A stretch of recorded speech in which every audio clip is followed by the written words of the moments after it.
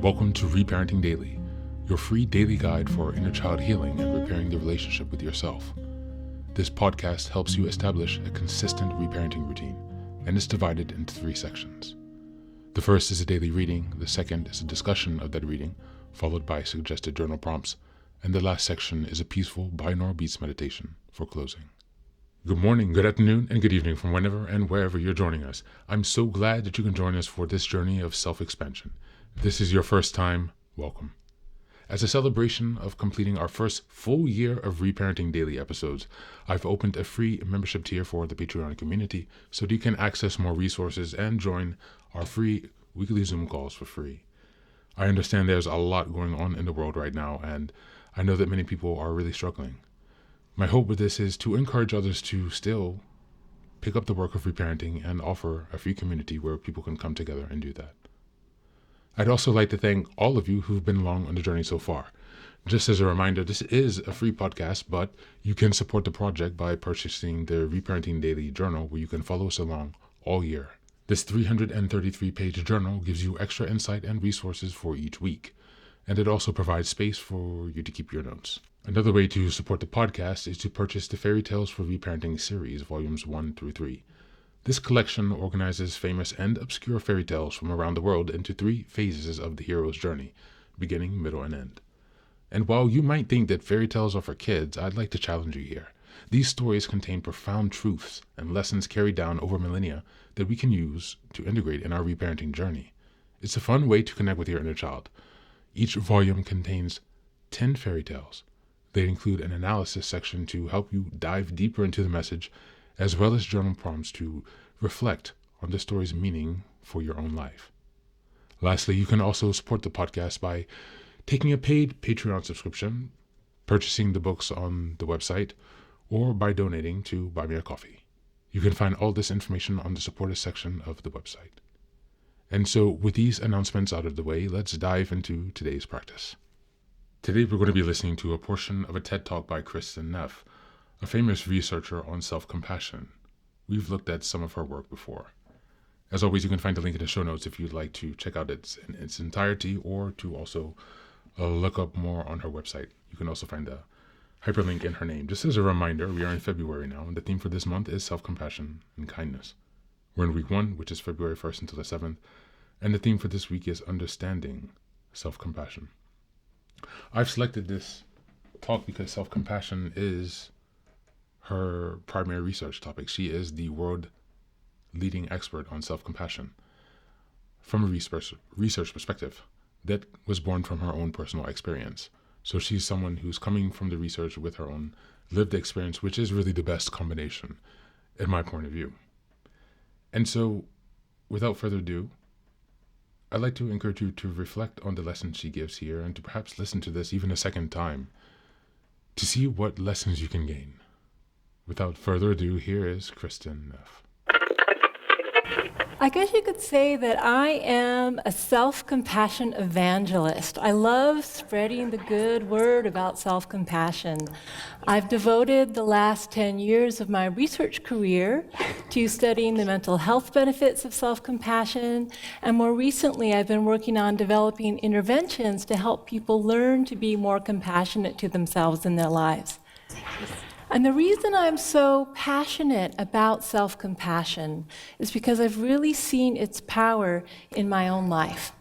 I first learned about self-compassion in 1997 when I was finishing up my PhD at UC Berkeley, and I was going through a really hard time. I had just gotten out of a very messy divorce, was feeling a lot of shame and self-judgment.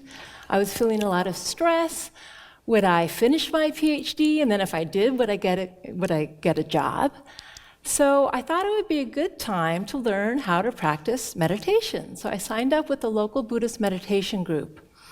And the very first evening, the very first course, the woman leading the group talked about the importance of compassion, not only for others, but also for ourselves. The importance of including ourselves in the circle of compassion, of treating ourselves with the same kindness, care, and concern that we treat a good friend, And it was like a light bulb went off over my head at that moment. I realized, well, first I thought, what? You're allowed to be nice to yourself, and this is being encouraged. But I realized it was exactly what I needed in that difficult moment in my life. So really, from that day forward, I can say I intentionally tried to be more compassionate to myself, and it made a huge difference almost immediately. And then, luckily, I did get a job. I did 2 years of postdoctoral study with one of the country's leading self-esteem researchers. And while working with her, I started to realize that self-compassion offered a lot of benefits that self-esteem didn't. All right, so let me start by defining what I mean by self-esteem. Self-esteem is a global evaluation of self-worth, a judgment: am I a good person or am I a bad person? And for many years, psychologists really saw self-esteem as the ultimate marker of psychological health. And there's a reason for that. There's lots of research that shows if you have low self-esteem, if you hate yourself, you're going to be depressed, you're going to be anxious, you're going to have all sorts of psychological problems. If it gets really bad, you might even consider suicide. However, high self-esteem also can be problematic. The problem is not if you have it, it's how you get it. All right? So in American culture, to have high self-esteem, we have to feel special and above average. Okay? If I told any one of you your work performance, oh, it's average, or you're an average mother, or if you told me afterwards that this talk was average, I'd be crushed, right? It's not okay to be average. It's considered an insult to be average. So what's the problem with that if all of us have to be above average at the same time? Right? Are the words logical impossibility springing to mind here? Right? Okay? So what happens if we all have to feel above average is we start playing these little games. We start subtly finding ways to puff ourselves up and to put others down so we can feel better about ourselves in comparison. And some people actually take this to an extreme. You may or may not know, but there is an epidemic of narcissism in this culture. They've been tracking the narcissism levels of college undergraduates for the past 25 years, and they are at the highest levels ever recorded. And actually, a lot of psychologists believe this is because of the self-esteem movement in the schools.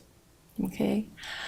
And there are a lot of nasty social dynamics that can stem from needing to feel better than others to feel good about ourselves. We also have an epidemic of bullying in our culture, in our schools. Well, why do kids bully? Why do kids who are forming their sense of self feel they've got to bully others? It's partly to build their own sense of self-esteem, to feel that they are stronger, more powerful than these other kids that they're picking on. Or why are people prejudiced? Why do we feel that our religious group or our ethnic group or our political party is better than the other group?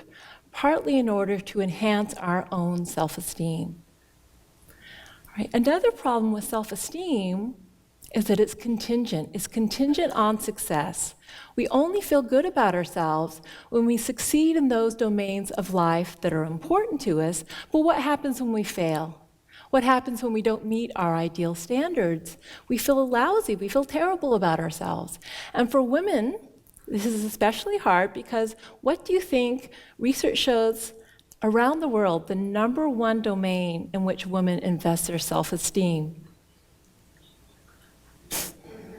Right? Our perception of how attractive we are. And the standards for women are so high. How can we feel above average in looks when we're looking at all these supermodels? Even the supermodels feel insecure compared to other supermodels, right? It's very interesting. If you look at this developmentally, around third grade, boys and girls both think they're pretty attractive, and they have fairly high levels of self-esteem. And then for boys, about the end of sixth grade, yeah, looking pretty good, feeling pretty good. End of high school, looking good, feeling good about myself.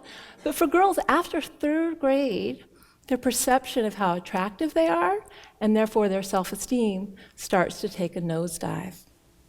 Okay? Starts very young. So how do we get off this treadmill, this constant need to feel better than others so that we can feel good about ourselves? Well, that's where self-compassion comes in. Okay? Self-compassion is not a way of judging ourselves positively. Self-compassion is a way of relating to ourselves kindly, embracing ourselves as we are, flaws and all. Okay? I actually define self-compassion in my research as having 3 core components. The first, you might say, is the most obvious, and that is treating ourselves with kindness versus harsh self-judgment. Treating ourselves like we treat a good friend, with encouragement, understanding, empathy, patience, gentleness. But if you stop to check in with how we treat ourselves, especially on a bad day when things aren't going so well, we are often harsher and more cruel to ourselves in the language we use. We say things to ourselves we would never say to someone we cared about.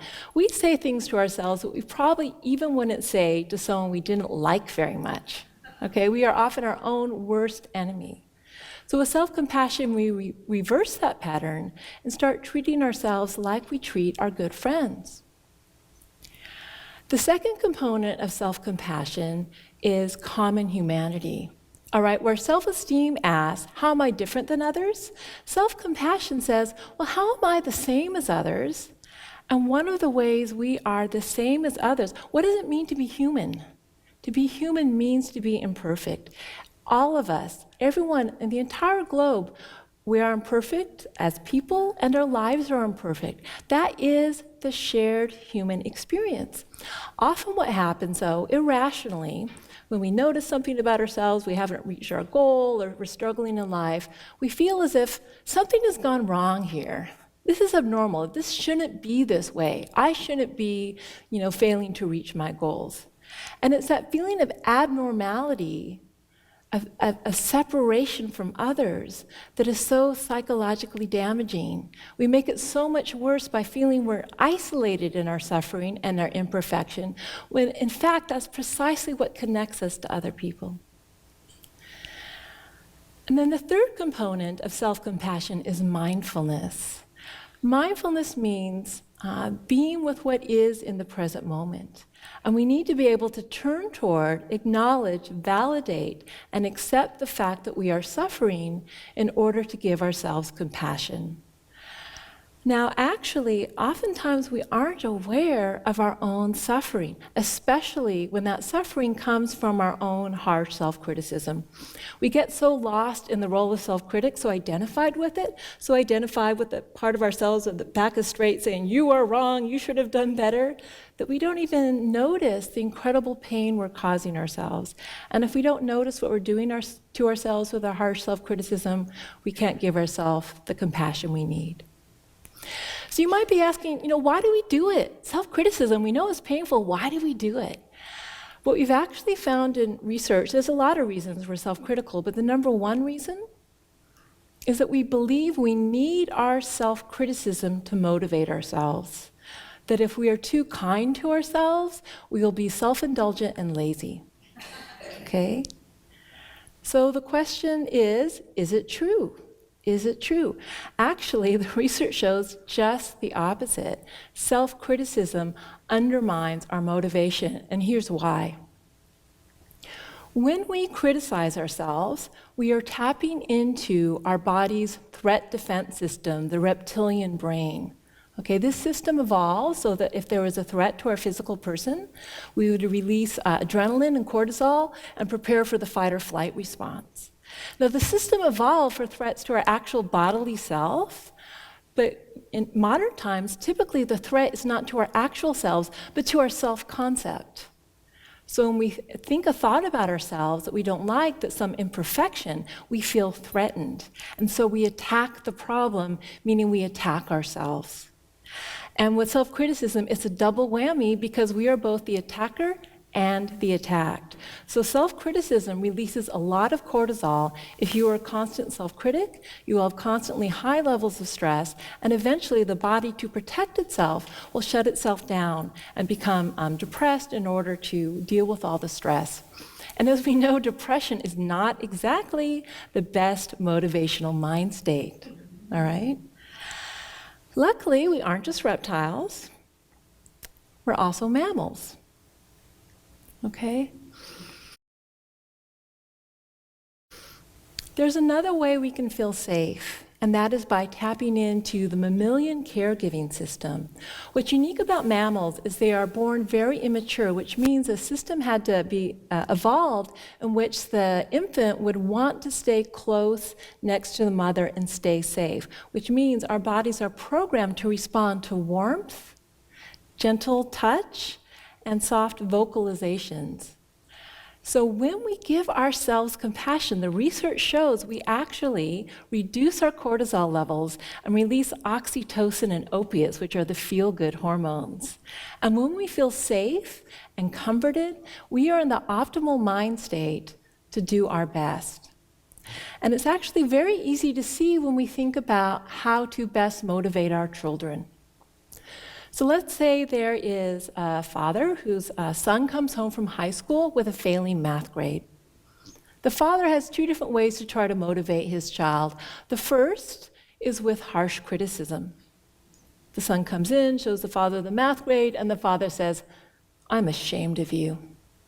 What a loser. You'll never amount to anything." Doesn't that make you cringe?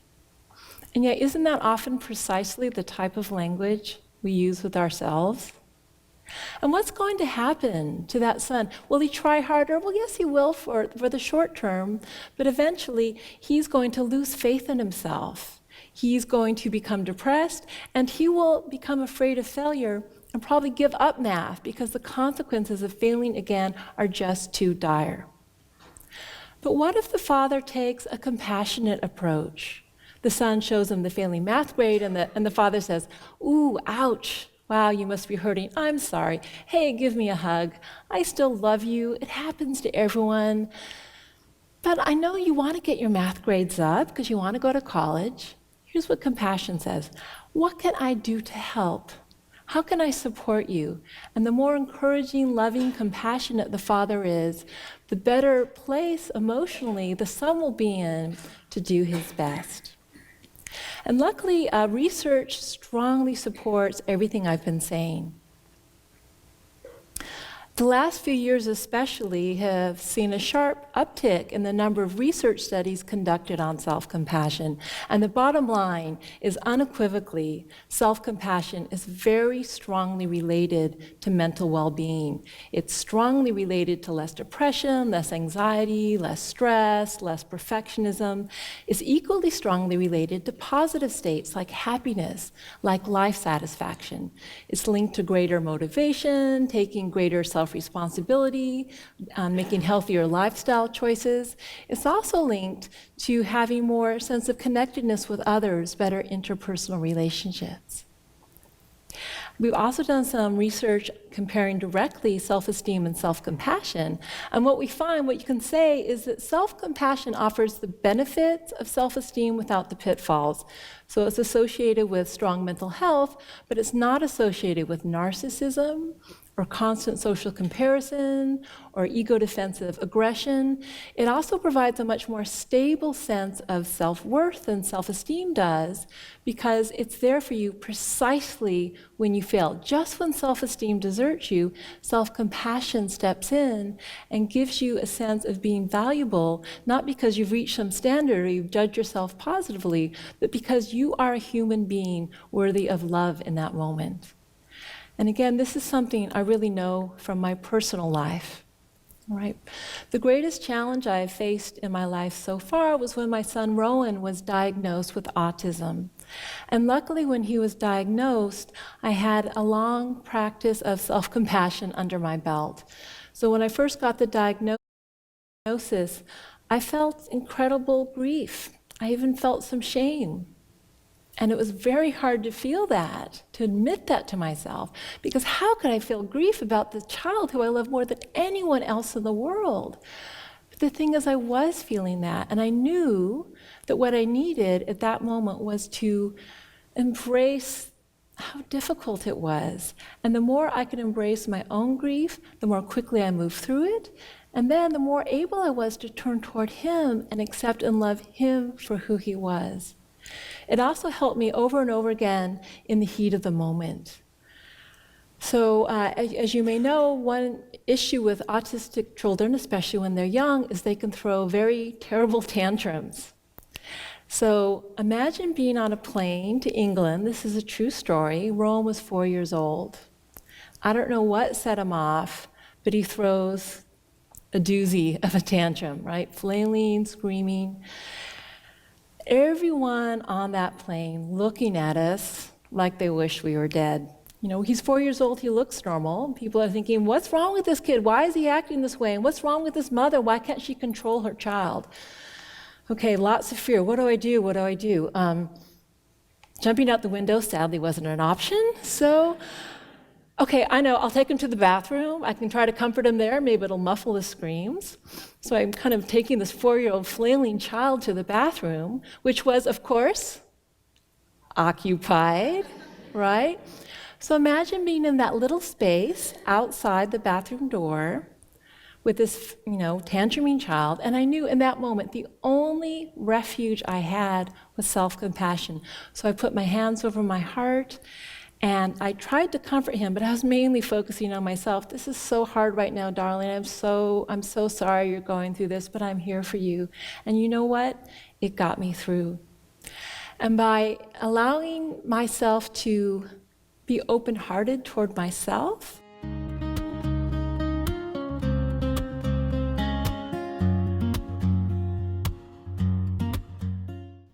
Hey guys, welcome back.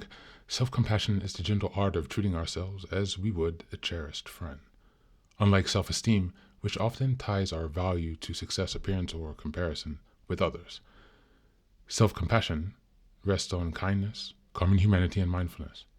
Kristin Neff reminds us that when we respond to our mistakes or suffering with understanding rather than harsh judgment, we nurture our mental and emotional well-being. This approach allows us to step off the relentless treadmill of trying to feel better than everyone else and instead embrace our inherent worth, flaws and all. Recognizing our shared humanity is central to self-compassion. While self-esteem asks, am I better than others? Self-compassion asks, am I human? Just like everyone else. Our struggles, failures, and imperfections are not signs of weakness. They are threads that connect us to each other. Understanding this truth softens the harsh inner critic and replaces it with empathy and patience, creating a space where healing and growth can occur without shame or comparison. Finally, mindfulness is what allows self-compassion to take root. By noticing our suffering and the ways we criticize ourselves, we can respond with warmth and care instead of ignoring or attacking ourselves. Neuroscience shows that self-compassion activates our body's caregiving system, reducing stress hormones and releasing feel-good chemicals like oxytocin, which help us feel safe and motivated. Learning to be a good friend to ourselves is not indulgent, it's essential for thriving in life and relationships, providing stability, resilience, and a deeper sense of belonging. As we go to the journal prompts today, number 1, when I notice my inner critic speaking, what words would I use if I were talking to a close friend in the same situation? Number 3, what is one imperfection or struggle I experience that connects me to others?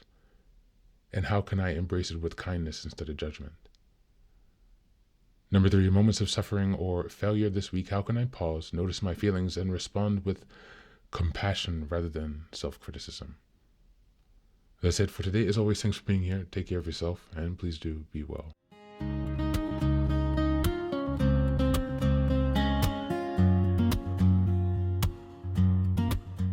Welcome back. Now, this is the third and final section of the daily podcast. This is your silent meditation. Please find a place where you can be comfortable and undisturbed, where you can relax and spend some time with yourself for this 10-minute silent meditation. You can choose to be sitting, standing, lying down, or in whatever position makes you comfortable today. Just take some time to listen to yourself. Next, be sure that you are taking some time to be with your breath to connect with your body. Don't be disturbed or overwhelmed by your thoughts. Simply allow them to pass. Just observe them. Do not engage with your thoughts. Only be mindful of them passing as if they are drifting down a river. Use this time to connect with yourself. Whatever time of day you are listening to this,